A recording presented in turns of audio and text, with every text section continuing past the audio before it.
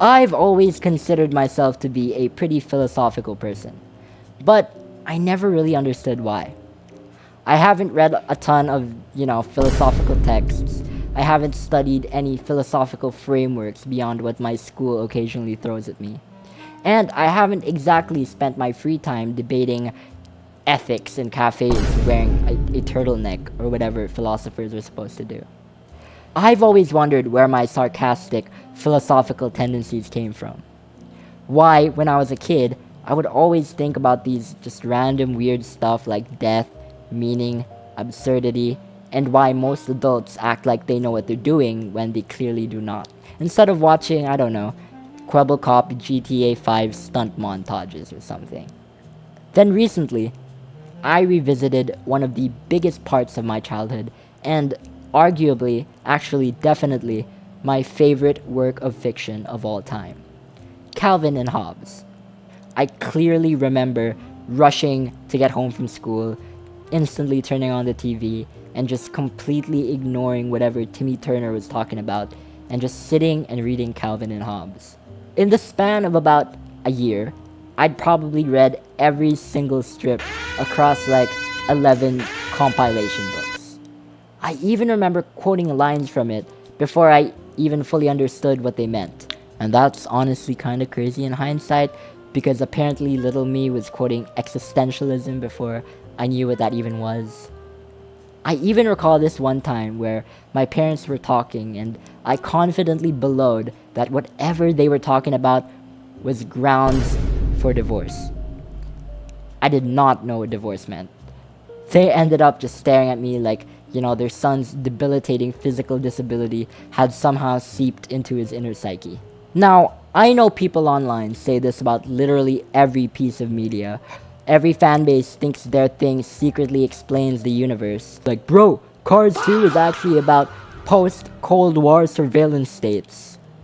No, it is not. Relax. But Calvin and Hobbes is different because it genuinely is philosophical. Not Jaden Smith or Twitter thread with Joker images philosophical either. I mean genuinely philosophical in the sense that it constantly deals with morality, imagination, absurdity, death, suffering, and most importantly, meaning. Which is honestly not what one would expect from the same comic strip best known worldwide for a 6-year-old pissing on something. Seriously, I still don't have a clue as to why peeing Calvin is such a relevant piece of pop culture to this very day. Why in the world are you putting a decal of a child urinating on the back of your Ford Explorer? I'm pretty sure there's another video essay on this. Somehow, terrifyingly, this first grader and his stuffed tiger are more self-aware than a shocking amount of grown-ups online today. Calvin spends half the comic crashing out over homework or taking a bath, yet somehow still understands absurdity better than grown adults selling mindset courses on podcasts. So, before getting into things, here's some background that, you probably didn't ask for. Calvin and Hobbes was created by Bill Watterson, this very preppy looking guy, and ran from 1985 to 1995. It follows Calvin, a very hyperactive 6-year-old child, and Hobbes, his stuffed tiger who becomes alive through Calvin's perspective. Even their names are philosophical references. Calvin is named after John Calvin, the theologian associated with predestination and Calvinism, while Hobbes is named after the philosopher Thomas Hobbes, who is considered to have pioneered political philosophy. I find this very funny because imagine flipping to the Sunday comics expecting, Garfield to be big backing on some lasagna, and instead having Protestant theology explained to you by a little kid and his stuffed toy. I'd find that weird. What's important though is that the comic never or rarely presents philosophy academically. It's not like Sartre himself sits Calvin down and teaches him existentialism. He just naturally arrives at philosophical questions because he's a child trying to understand reality honestly. This honesty matters because adults tend to normalize things so much that we stop questioning them. Children, on the other hand, don't. Children ask questions adults avoid because adults learned how to survive without asking too many questions. And honestly, that's why this whole thing is divided into three parts: play, absurdity, and finitude. Because Calvin and Hobbes slowly matures the longer you read it. It starts with cardboard boxes and sled rides and Calvin beefing with his teacher, and before you realize it, you're suddenly sitting there at 1 a.m. staring at a comic strip about mortality while your phone battery is at like 2%. So the first major idea in Calvin and Hobbes is play. And not play in the sense adults usually think about it. Adults hear the word play and immediately think distraction or childishness, because adulthood is basically the process of convincing yourself joy needs to be productive now. Calvin treats play very differently.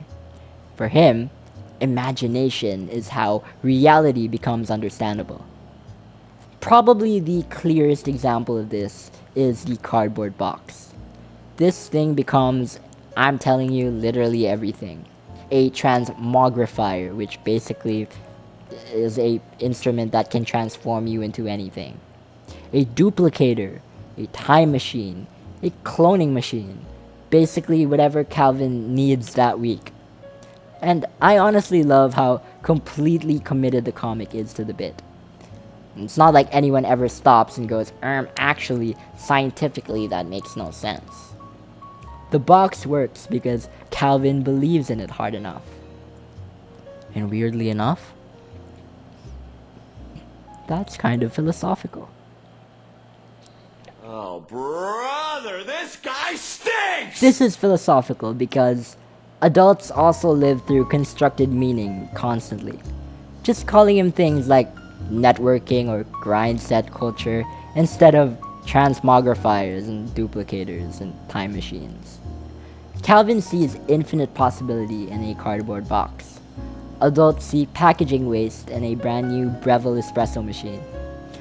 That sounds like a small difference until you realize one of those people is probably happier. There's also the clone storyline, where Calvin clones himself because he thinks another version of him can finally handle all of his responsibilities. But every clone still acts exactly like Calvin, meaning all of them refuse to do the homework anyway. So instead of solving the problem, he accidentally creates a small unionized workforce of narcissists. Lazy narcissists. Lazy 6-year-old narcissists. And, wow, does that feel extremely modern. Like every productivity influencer online promising the secret system that changed my life, only for the actual problem to still just be themselves. Humanity keeps inventing increasingly complicated methods of avoiding the fact that being a person is difficult. Then, there's Spaceman's Biff, which to me is one of the funniest and smartest recurring bits in the comic, because Calvin absolutely refuses to experience inconvenience normally. School is boring AF. No! It becomes a hostile alien planet controlled by tyrannical overlords, and his teacher becomes this whatever that is, like a monstrous, oppressive dictator, and homework becomes cosmic suffering. And honestly, adults do this too. You know, people will experience one mildly difficult week and start posting winter arc edits with black and white gym footage like, you know, they're preparing to reclaim the throne of Gondor or something, instead of, I don't know, filing taxes. If you think about it, that's basically just a modern reboot of Spaceman's Biff. But Calvin's imagination feels a little more honest, because he's not pretending suffering doesn't exist. Rather, he's looking at it through a lens that just makes the suffering more interesting. He's reframing it. Humans naturally tell stories to survive reality emotionally. Calvin just externalizes it more dramatically because, well, he's 6 years old. And then we get to the wagon strips, which genuinely feel like philosophy before philosophy became something locked behind academic jargon and PDFs you buy for $15 and never finish reading. The setup is always incredibly simple. Calvin and Hobbes are flying downhill in a wagon at very, very unsafe speeds while discussing life, happiness, death, meaning, or time itself. And these have become just some of the most honest philosophical conversations I've ever read. Aristotle can move over. Take this one, for example. Calvin and Hobbes are riding downhill while talking about how life moves too fast and how people get so focused on what's ahead that they forget to enjoy where they already are. Hobbes says, often it takes some calamity to make us live in the present. And immediately after saying that, they completely fly off the hill. Which is funny, but also true. Because some human beings are low-key horrible at being present normally. Most people only become fully aware they're alive during moments of panic, or during moments of intense heartbreak, or when the pilot says, oh folks, we're experiencing a little turbulence, and you think you're about to die, your life flashes before your eyes. And then there's this strip about change. Calvin starts talking about how new experiences help people grow, and Hobbes agrees, right before they completely wipe out again. Then Hobbes says, the problem with new experiences is that they're so rarely the ones you choose. Relatable, right? Most experiences that actually change people are usually the ones they never wanted in the first place. So, Plato had his symposiums, Calvin had a wagon or a toboggan, and absolutely no regard for his own life. There are also instances where Calvin randomly decides he's a fatalist and starts talking about how everything is preordained and unalterable, which is already funny because his namesake is literally John Calvin, the predestination guy. So, apparently this stuff is genetically embedded into this child somehow. Then, immediately after confidently explaining fate, Hobbes, straight up trips Calvin and says, too bad you were fated to do that. Damn! Something else I've noticed whilst rekindling my unhealthy obsession with this strip is that philosophy in Calvin and Hobbes, while insanely abstract and academic, especially coming from the mouth of a first grader, doesn't stay abstract for very long. Somebody eventually flies into a tree. Reality interrupts the theory and slaps the two in the face. And weirdly enough, that makes the philosophy feel more alive. These conversations don't feel staged or Epsteinology? they feel like two people genuinely trying to understand existence and developing CTE at the same time. And eventually, something interesting starts happening in the comic. The imagination is still there, but now it starts exposing how irrational the adult world actually is. This is where Calvin starts realizing the world is fundamentally strange in ways adults stop noticing, because routine sands the edges off everything eventually. That was a mouthful. One of the best examples of this is actually a quieter strip where the guys are just walking around and Calvin suddenly says, "Isn't it strange that evolution would give us a sense of humor?" And then he keeps going. Why do humans laugh at absurdity? Why do we find nonsense funny? What purpose does that actually even serve? Now, growing up in the 21st century, that is a really weird thing to think about as a child. Most first graders these days are busy attempting to draw tung tung tung sahur on their vocabulary workbooks, which is probably convoluted absurdism in itself. And the strip ends when Hobbes eventually says, "I suppose if we couldn't laugh at the things that don't make sense, we couldn't react to a lot of life." And Calvin just stands there saying, "I can't tell if that's funny or really scary." Honestly, same. I can't take myself seriously.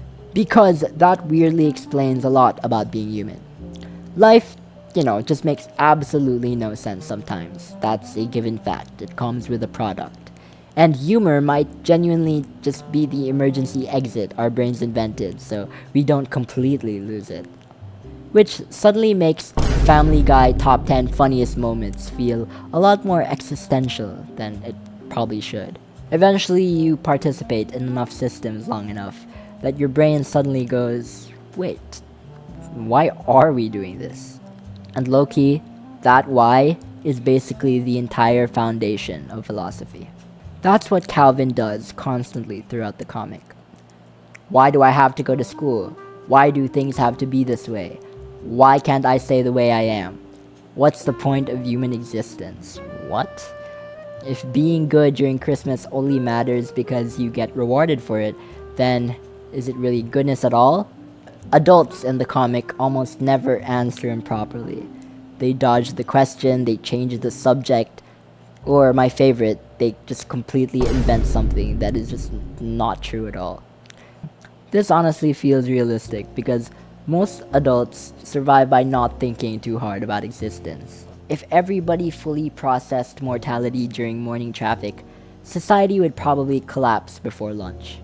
And by the way, just while we're on this topic, Calvin's dad is genuinely one of the funniest characters in the entire comic.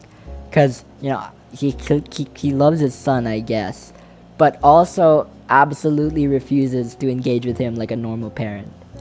Everything Calvin suffers through somehow builds character. Freezing weather builds character. Horrific camping trip builds character. Emotional devastation, that builds character too. Calvin could probably get hit by a Honda Civic, and his dad would just nod thoughtfully like, well, that'll toughen him up. Oh wait. And the funniest part is that Calvin's dad never really comprehends Calvin's spirals at all.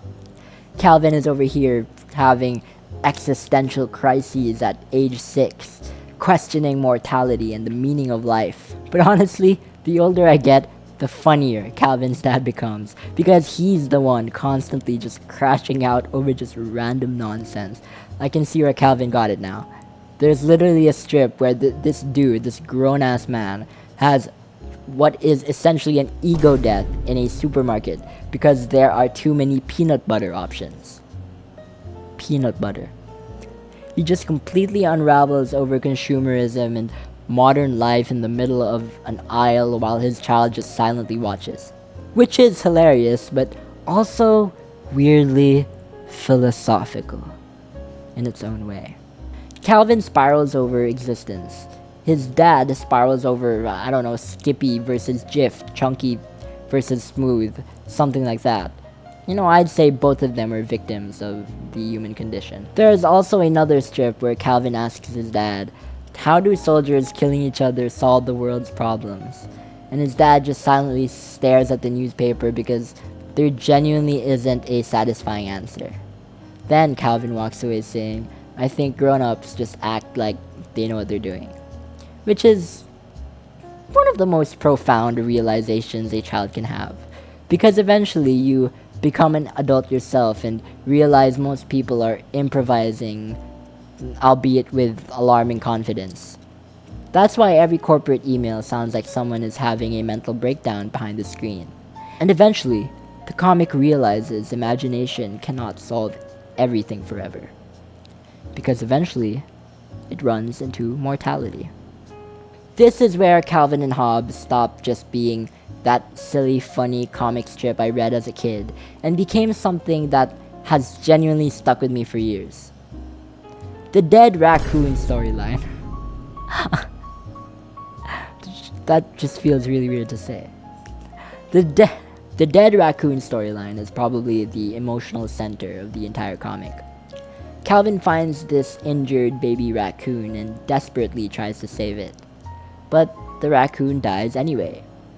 And what makes the storyline hit so hard is how quiet it becomes. Calvin doesn't suddenly turn into Spaceman Spiff or Stupendous Man. There's no clever philosophical punchline waiting at the end. They don't fly off a cliff and hit a rock and die. The comic just kind of sits there with him, and we're sitting there with him. That silence says more than we needed, because for one of the only times in the comic, Calvin cannot negotiate with reality. Throughout the entire strip, imagination always gives him some kind of control. School becomes an alien planet. Cardboard boxes become time machines. Problems become stories. But death just remains death. There's nothing to transform it into. And the really heartbreaking part is how Calvin reacts to it. He keeps asking questions in the same way he always does, except now the questions don't sound playful anymore because he really just wants to understand why something alive can suddenly just stop being alive. Why can something exist one day and then disappear the next? And honestly, adults don't really know either. They just get better at distracting themselves from the question. And then there are these snowman strips, which they're just weird, They're like an amalgamation of hilarious and existential, and yeah, they're just weird. Calvin builds these elaborate snow sculptures that genuinely look horrifying sometimes. If I remember correctly, he even built like a anatomically correct snowman. I'm not talking about that one. Some of them look like crime scenes, or crazy art, or a failed Nine Inch Nails album cover. But eventually, they all melt. That's the point. The snowmen matter because they disappear. And I think that idea quietly exists underneath the entire comic. Childhood disappears. Moments disappear. People disappear. Hell, even Calvin and Hobbes itself disappears eventually because Bill Watterson ended the strip at its peak for some reason and just kind of walked away into the woods like some cryptid philosopher king. And somehow, the comic still manages to be hopeful about all of this. Calvin and Hobbes' final strip before it was discontinued in 1995 is hands down my favorite ending to a fictional work ever written. And I want us to just sit with it for a second. Read through it slowly. Savor it. Wow. It really snowed last night. Isn't it wonderful? Everything familiar has disappeared. The world looks brand new. A new year. A fresh, clean start. A white sheet of paper to draw on. A day full of possibilities. It's a magical world. Hobbes, old buddy, let's go exploring. Wow, what a beautiful way to end this journey. After years of Calvin questioning existence, crashing out over homework, philosophizing in wagons and hitting his head on a tree, building horrifying snowmen, trying to understand life through imagination, basically. The comic ends the exact same way. With curiosity. No giant answer to life, just a new day with new things to learn and ask and experience. Then they just disappear into the snow. That's it. That's the ending. At the end of the day, philosophy is not really about finding one final answer that suddenly makes existence make sense forever and ever. It's constant exploration. It's constant learning. It's constantly asking why. It's waking up every day and still deciding the world is worth engaging with despite all the absurdity and evil and hardship thriving inside it. And honestly, I think that's why this ending still affects me so much. There's just something deeply, deeply human about this. A clean slate, a fresh layer of snow, infinite possibilities stretching out in front of you.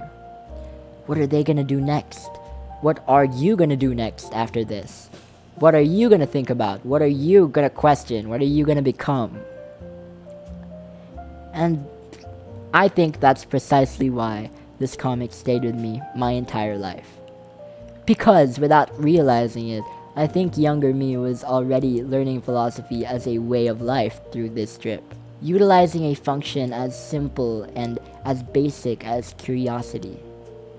Through wondering about things, through asking questions even when I knew there weren't answers waiting for me all the time. And honestly, if 9-year-old me saw that I was still rereading Calvin and Hobbes religiously years later, he probably would have called me insane or a failure. Mostly because this comic permanently altered my sense of humor and turned me into a sarcastic jerk at an emotionally vulnerable age. But I also think younger me would have been shocked that all those afternoons sitting and reading Calvin and Hobbes instead of paying attention to SpongeBob somehow became meaningful. That, without realizing it, he was already practicing philosophy in the simplest way, by wondering about things. But also, I think he'd understand, because there really is something magical about this world. And maybe the most human thing we can do is keep exploring it. Maybe that's why Calvin feels more philosophically awake than a lot of adults do now. He hasn't fully learned to stop wondering yet. Anyways, I haven't uploaded anything to YouTube in legitimately like 4 years. Back then, I mostly made stupid commentary videos concerning issues I really shouldn't have been talking about at that age. And, gaming content while also being terrible at every game I played and sounding like a Victorian child with access to OBS Studio. So, this is very different to me, but a lot of the media I consume is like this, so I just figured I'd give it a try. Kind of just testing the waters again, because, I miss making stuff like this. And also, I don't know, I miss this, even if this thing turned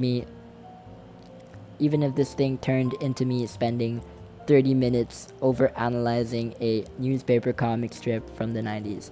But yeah, this was originally for school, so at least I get graded. I hope I get a good one. Maybe not. So yeah, if literally one person watched all the way through this, genuinely thank you.